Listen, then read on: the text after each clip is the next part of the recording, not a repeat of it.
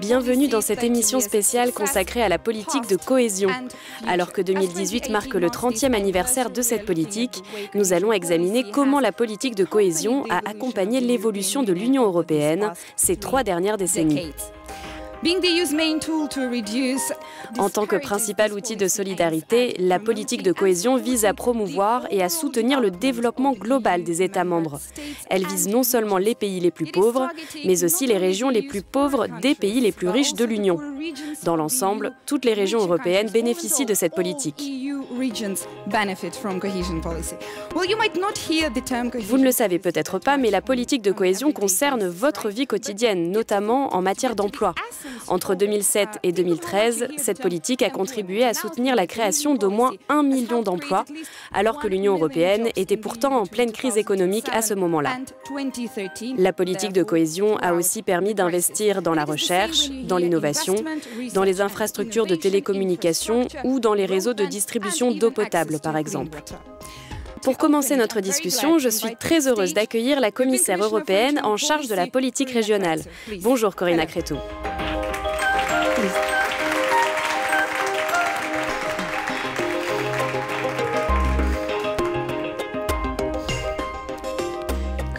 Madame la commissaire, pourquoi l'Europe a-t-elle besoin de cette politique ?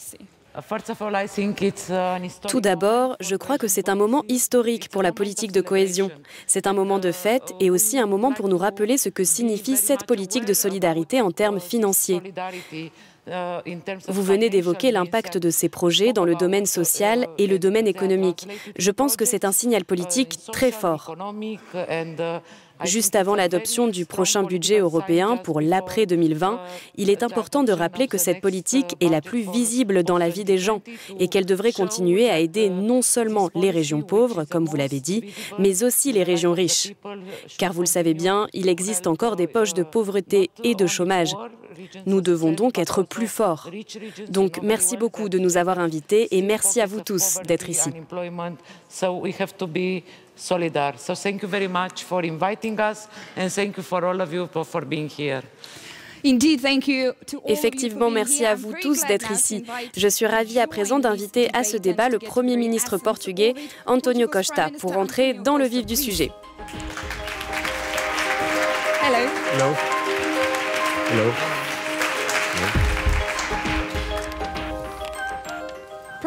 Monsieur le Premier ministre, parlez-nous des réalisations de la politique de cohésion au Portugal.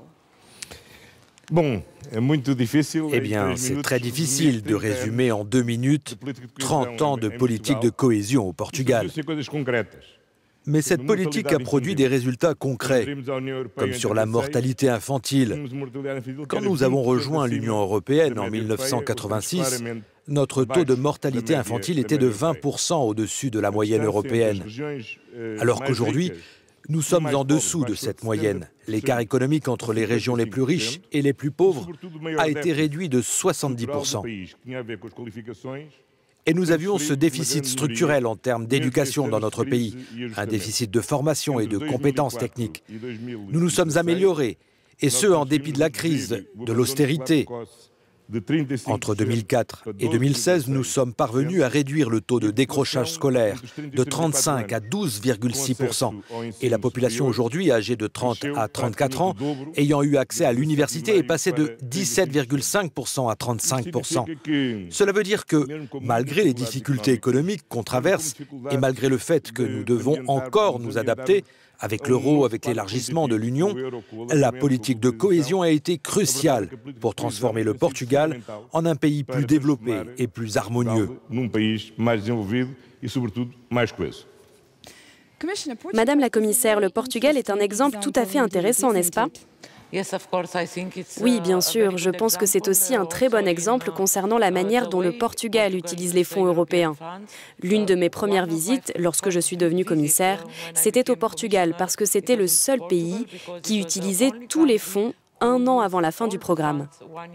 Le pays dépense donc très bien ses fonds, mais les investit surtout dans des programmes de haute qualité. Je voudrais maintenant inviter sur ce plateau notre invité spécial, le président du Parlement européen, Antonio Tajani. Merci de nous rejoindre. Buongiorno.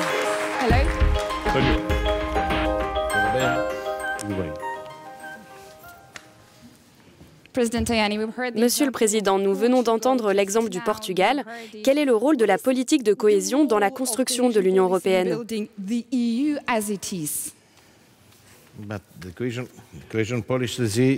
La politique de cohésion est cruciale. C'était crucial dans le passé, c'est crucial aujourd'hui et c'est crucial pour l'avenir. Dans le passé, de nombreux pays confrontés à différents problèmes ont constaté que les fonds de cohésion fonctionnaient très bien en faveur des citoyens européens. De même, dans les nouveaux pays entrés en Europe, en provenance de l'Est, les fonds de cohésion ont été cruciaux pour leur participation, parce que la situation économique est cruciale. Si vous voulez être un acteur qui compte à Bruxelles, nous devons avoir une position économique forte. Je pense qu'avec les fonds de cohésion, de nombreux pays, et notamment les nouveaux pays qui sont entrés dans l'Union, sont aujourd'hui les protagonistes de l'Europe d'aujourd'hui.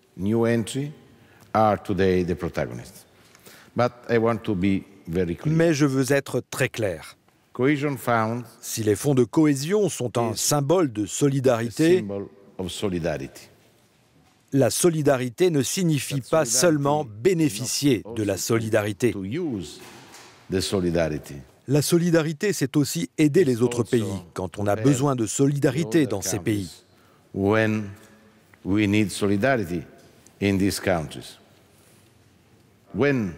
Lorsque des pays comme l'Italie, l'Allemagne, la Grèce ont besoin d'aide en matière d'immigration, nous avons besoin de solidarité de la part des pays qui bénéficient des fonds de cohésion.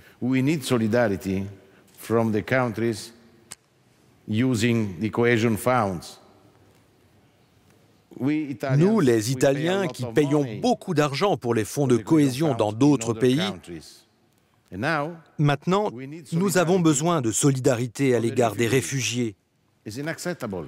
Il est inacceptable de recevoir de l'argent venant d'Italie, de Grèce, d'Allemagne et d'être contre la solidarité envers les réfugiés. Les fonds de cohésion sont l'étendard de la solidarité. Monsieur le Président, je voudrais vous remercier et je voudrais remercier l'ensemble du Parlement européen pour son soutien à la politique de cohésion. Je pense que la solidarité devrait être à double sens. Je pense donc qu'il est très important de garder à l'esprit que si certains pays souhaitent avoir plus de politique de cohésion, plus d'argent pour les grandes infrastructures, ils doivent également faire preuve de solidarité en cas de besoin pour d'autres pays. Et je vois la politique de cohésion comme ce ciment qui nous unit.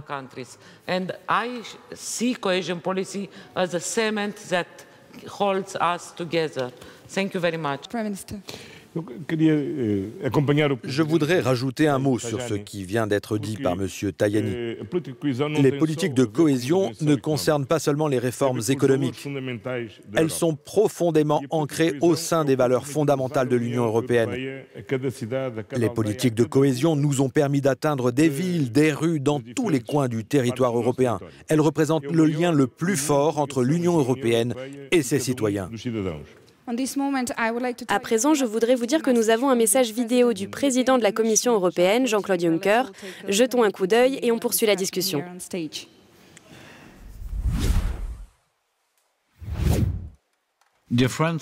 Chers amis, je suis navré de ne pas pouvoir être avec vous aujourd'hui.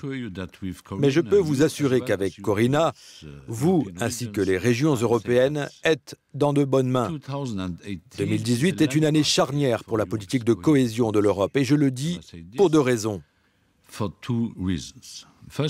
Premièrement, la politique de cohésion a 30 ans cette année. C'est le moment de célébrer son rôle unique. Par essence, la politique de cohésion consiste à s'assurer que les chances dans la vie, en Europe, ne sont pas dictées par une sorte de loterie liée à votre code postal ou à votre lieu de naissance. Il s'agit à la fois de solidarité et d'égalité des chances pour les Européens. Et en tant que tel, c'est un moteur de notre économie. La politique de cohésion fournit 8,5% de l'investissement public dans notre Union. De 2013 à 2020, elle soutiendra 1,1 million de petites entreprises. Elle aidera plus de 7 millions de personnes à trouver un emploi et près de 9 millions de personnes à acquérir de nouvelles qualifications. Mais la politique de cohésion, ce ne sont pas que des millions et des milliards.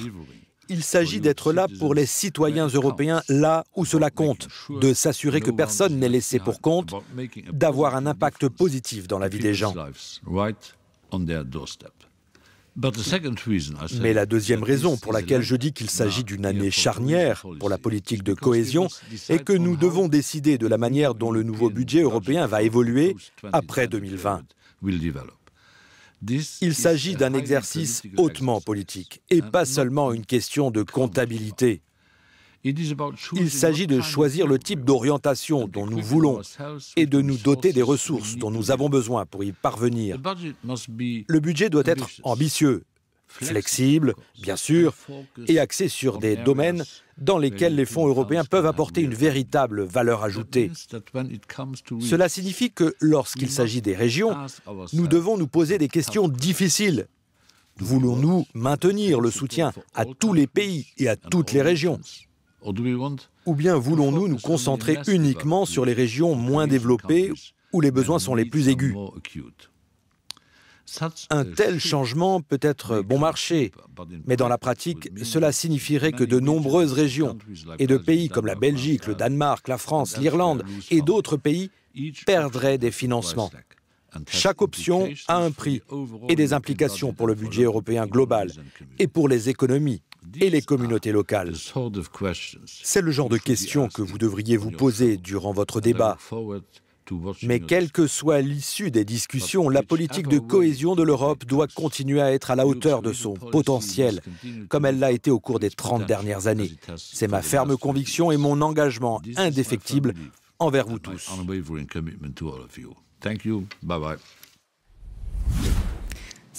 Nous venons donc d'entendre Jean-Claude Juncker, ses convictions, son engagement pour l'avenir de la politique de cohésion. Il a donné un signal très fort en faveur de la politique de cohésion, mais il a aussi été très direct en nous disant à quel point la situation sera difficile sans nos amis du Royaume-Uni pour trouver un compromis. Ce compromis sera très difficile parce que nous devons aussi choisir ce que nous voulons faire avec les financements. Nous avons de nouvelles priorités, le président Tajani l'a déjà mentionné, comme l'immigration, mais aussi la défense, l'armement européen, le contrôle transfrontalier. Ce sont des domaines dans lesquels l'Union européenne n'avait jusqu'à présent aucune contribution. Mais nous devons maintenant décider de la manière d'intégrer ces nouvelles priorités dans l'UE après 2020.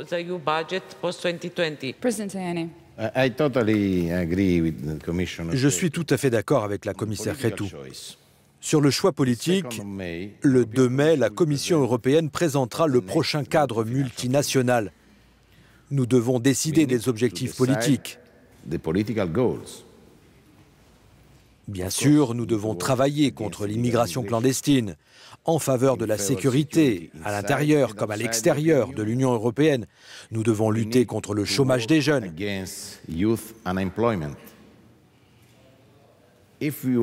Si nous voulons arrêter le populisme, nous devons prendre des décisions sur ces 3 points politiques les plus importants.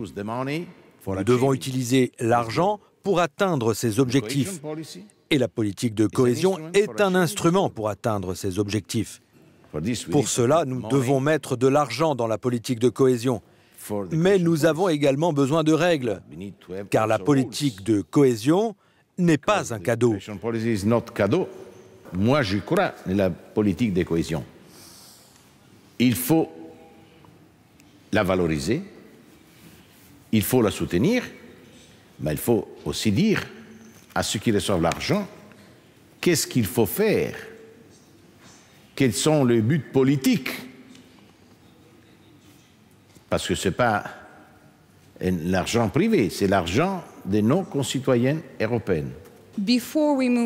Avant de parler de l'avenir et à la façon d'en discuter, la commissaire Crețu a invité ses prédécesseurs à évoquer comment la politique de cohésion, en tant que réalisation majeure à la construction européenne, a inspiré leur mandat. Malheureusement, tout le monde n'a pas pu être parmi nous aujourd'hui, mais ceux qui ne sont pas là nous ont adressé un message vidéo. Et le premier message nous vient de Monica Wulf-Mathies, qui a été commissaire à la politique régionale de 1994 à 1999. On l'écoute. 1994 to 1999. Let's take a look.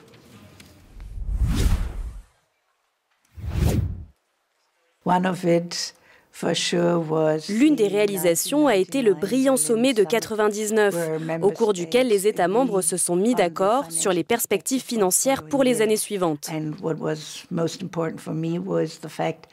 Et le plus important pour moi, c'est que nous ayons pu obtenir les fonds structurels en tant que moyen puissant de soutenir la cohésion économique et sociale, et que nous sommes parvenus à contrer les efforts des États membres pour réduire le financement. Ce qui est également important, c'est que nous nous soyons mis d'accord sur une réforme des fonds structurels, en décidant de concentrer d'une part tous les moyens sur les régions les plus pauvres, tout en aidant d'autre part les régions les moins pauvres à sortir progressivement de ces aides, en montrant ainsi que leurs financements structurels ont vraiment réussi. Thereby showing that structural funding really was successful. And I hope that we will continue. Et j'espère que nous allons continuer dans cette voie. En regardant cette image, Michel, je vous vois diriger la symphonie du millénaire de Berlin. Et j'espère que nous sommes tous les deux en mesure de sécuriser les fonds structurels pour l'avenir. Je suis ravie de vous avoir revu. Nice meeting you again. C'est le moment pour Michel Barnier de se joindre à nous.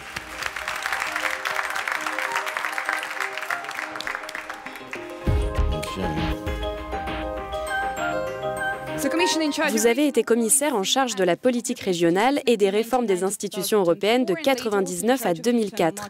Vous avez également été commissaire en charge du marché intérieur de 2010 à 2014. S'il vous plaît, partagez avec nous votre expérience. Il n'y a pas d'obligation à parler en anglais. Non, non. Mais vous pouvez parler aussi en portugais.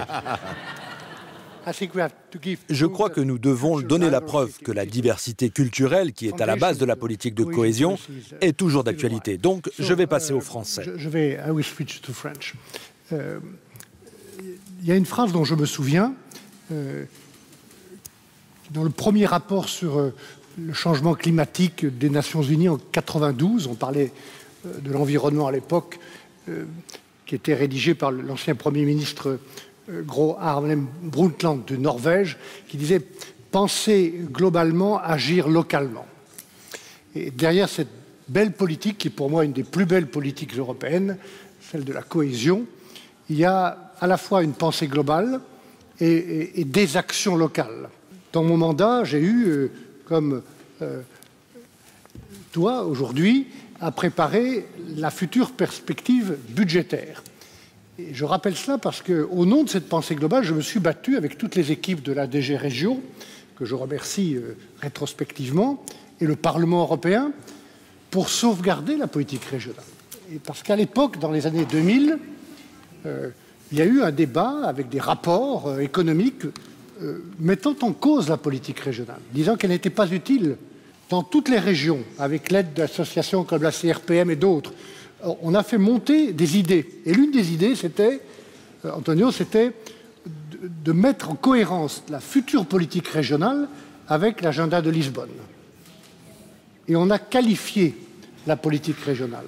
On a décidé de la focusser sur les grands enjeux européens. Et voilà comment on a pu, avec une idée simple, qui est venue de la base, en bottom-up, sauvegarder la politique. J'ai le souvenir, par exemple, qui me rapproche de la mission qui m'a été confiée en ce moment pour gérer le plus intelligemment possible le Brexit, c'est le Peace Fund en Irlande et en Irlande du Nord. Mon prédécesseur, Monica Wulf-Mathies, avait initié ce programme Peace pour encourager le dialogue, la paix, la coopération nord-sud entre des communautés qui avaient mené un conflit terrible entre elles. Et ce que j'ai fait, moi, c'est de lancer la deuxième génération du programme Peace pour le mettre dans le mainstream du budget européen et la sauvegarder. Et tous mes successeurs ont continué jusqu'à aujourd'hui où nous pourrons nous poser la question, puisque les Britanniques veulent quitter le marché unique, quitter l'Union européenne, quitter nos politiques. Moi, je souhaite, et je l'ai dit à toutes ces communautés, que le programme PEACE puisse continuer comme un outil. Pourquoi je vous dis ça avec un peu d'émotion, c'est que lorsque j'étais commissaire, ma première visite, ça a été pour Belfast. Et à Belfast, j'ai eu la chance de rencontrer deux personnalités qui ont eu le prix Nobel. John Hume d'un côté et David Trimble de l'autre. John Hume est décédé depuis. Et tous les deux m'ont dit dans cette visite à Belfast la même chose, avec les mêmes mots, dans deux endroits différents. Ils m'ont dit, nous nous sommes mis ensemble autour de la table pour établir la paix. Ce n'est pas d'abord grâce à Londres, ce n'est pas d'abord grâce à Dublin, ce n'est pas d'abord grâce à Belfast, c'est grâce à Bruxelles. Voilà. Et je n'ai jamais oublié cette phrase. Thank you. Thank you very much. Merci beaucoup. Sur ce point, j'aimerais inviter la commissaire européenne qui a succédé à Michel Barnier à nous rejoindre maintenant. J'accueille Danuta Hübner, commissaire européenne à la politique régionale de 2004 à 2009.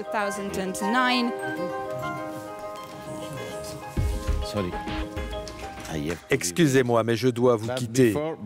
Mais avant de partir, je voudrais remercier la commissaire Crețu d'avoir aidé mon pays après le terrible tremblement de terre.